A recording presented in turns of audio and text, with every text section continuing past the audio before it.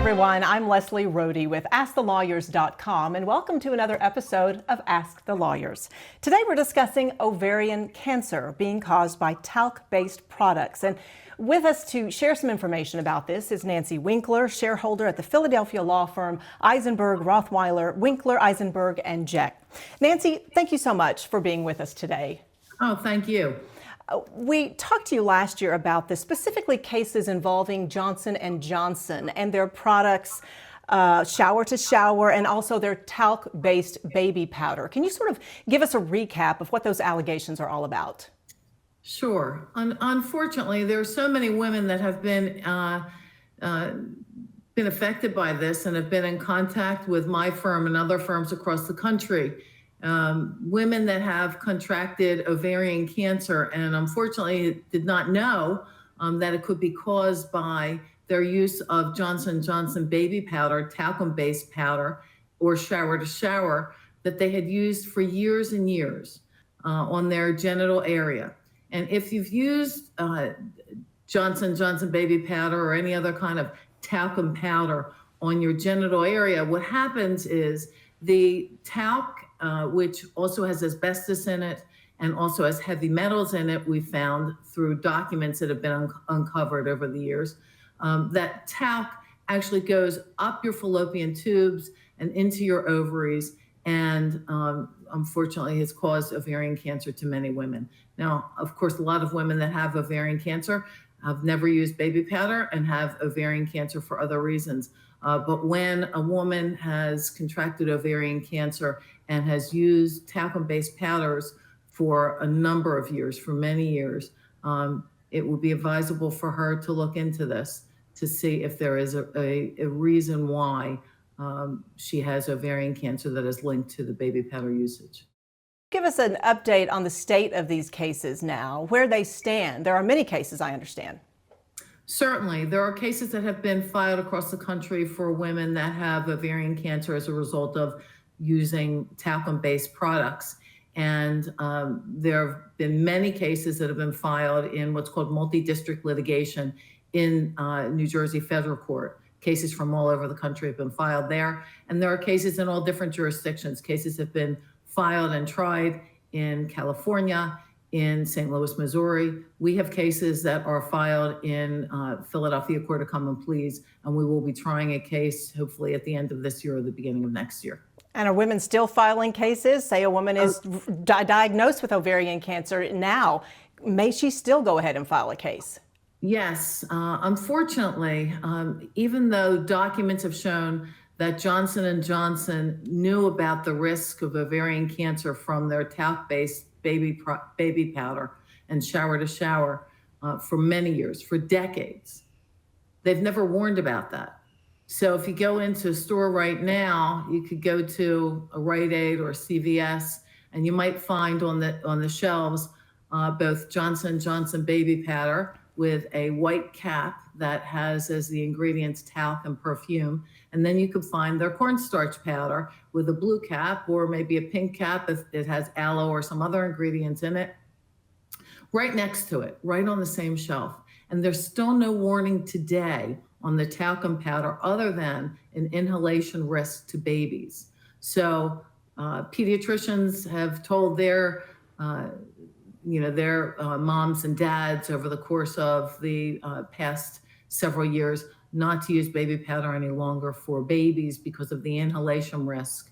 But it doesn't, there's no warning on the baby powder canister about a risk of cancer, about a risk of what's called mesothelioma from inhalation, or a risk of ovarian cancer to women for using it on their genital area. Women who are diagnosed with ovarian cancer and have utilized talcum-based products or baby powder for a prolonged period of time still can file lawsuits against Johnson & Johnson. And Johnson & Johnson still denies these claims, don't they? Yes, they do. Yeah. Even though there is mounting science and there's investigations, there's governmental investigations at this point in time as well. Let's talk about some of those governmental investigations. It was just this year, I think back in February, that Johnson & Johnson admitted that it was being investigated by the Justice Department and the SEC as well. Do you think this will have any effect on the lawsuits going forward? Well, I think that the civil lawsuits can stand on their own, and regardless of the results of the investigation, the science is so strong that I believe that there will be many verdicts across the country for women that have been wronged as a result of the defective products that Johnson & Johnson produces. It's baby powder and it's shower to shower. However, if the governmental investigation it proves positive and there is a positive finding or a possible criminal investigation for conduct by Johnson & Johnson, that certainly can have an effect on the civil cases and what happens ultimately for these women. So Johnson & Johnson's still saying there's really no research backing this, but I know you have found a lot of evidence and research that does support these women's claims. Can you give us a little more information on that? Well, you know, a lot of these documents are confidential, but there have been some exposés recently that have exposed some of the documents. Their own internal documents over the course of years has shown that they know that their talc has been laced with asbestos, which is carcinogenic, that talc itself is also carcinogenic, and that there are heavy metals that were in the mines that were used for mining the talc. So they know this, and they've known it for many years. Unfortunately, the women that have been wronged by their conduct had no way of knowing this. And still women today, unless they saw some kind of news article or maybe a commercial, if someone is advertising for these types of cases, many women don't know about the dangers of talc or the dangers of baby powder. Yes, and this heavy metals, I've been looking into some of this. I find it really shocking to see that some of these metals are in a lot of the personal care products that we use, not just the baby powders. Federal government, really, the FDA doesn't regulate some of this stuff. It's pretty unbelievable. Yes, I know that there have been some further investigations as to you know, these heavy metals that are used in some of the products for children as well. In this year as well, the supplier of the talc to Johnson & Johnson, they filed Chapter 11 bankruptcy, I understand. So how do you think this will play out?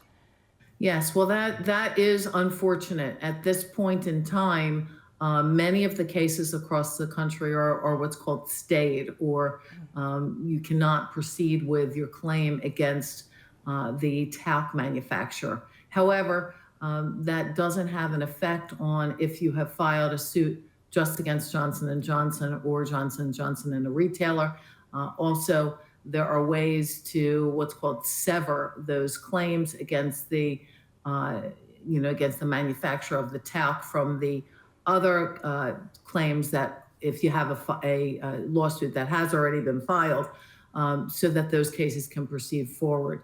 I think ultimately what will happen with regard to the talc manufacturer Emerus is that in bankruptcy there will be a fund that is created, and that's what has been talked about, although we will have to see what happens with the bankruptcy court. Interesting.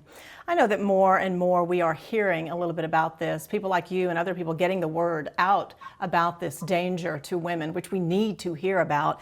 But I saw just this month, Marcia Cross, the actress, put something on Instagram, an older photo with her friend, childhood friend, saying something about that friend had passed away from ovarian cancer. And it led us to believe that she believes it was caused by some of these products. Do you think that helps raise awareness even when celebrities are getting involved? Yes, it's so unfortunate that the word is really not out. And what's even more unfortunate is that this did not have to happen, because Johnson & Johnson, first of all, could have just produced cornstarch powder, and they could have many years ago taken the talcum powder off the shelves, but they still refused to do so at this point in time. So when you have women like Marcia Croft out there trying to get the word out and let women know, it arms them with the power to at least try and take control of their lives if they have some symptoms, because ovarian cancer is a killer. Yeah. And often the symptoms are symptoms that are cramping or abdominal bloating, symptoms that women have for other reasons. Right. And you might not suspect that you have ovarian cancer. But if you have those symptoms and you have used talcum powder for a prolonged period of time, the best thing to do is to go to your gynecologist or your primary care physician and to speak with him or her so that you can find out if you do have ovarian cancer. And then, of course, if it is linked to your usage of talcum powder. Sadly, I know ovarian cancer is often not discovered until it's way advanced and in its advanced stages. And so good advice there. Nancy, thank you so much for what you're doing, and thank you for all the advice that you have for women and our viewers today. Thanks a bunch. Oh, thank you. Thank you for getting the word out. We appreciate it.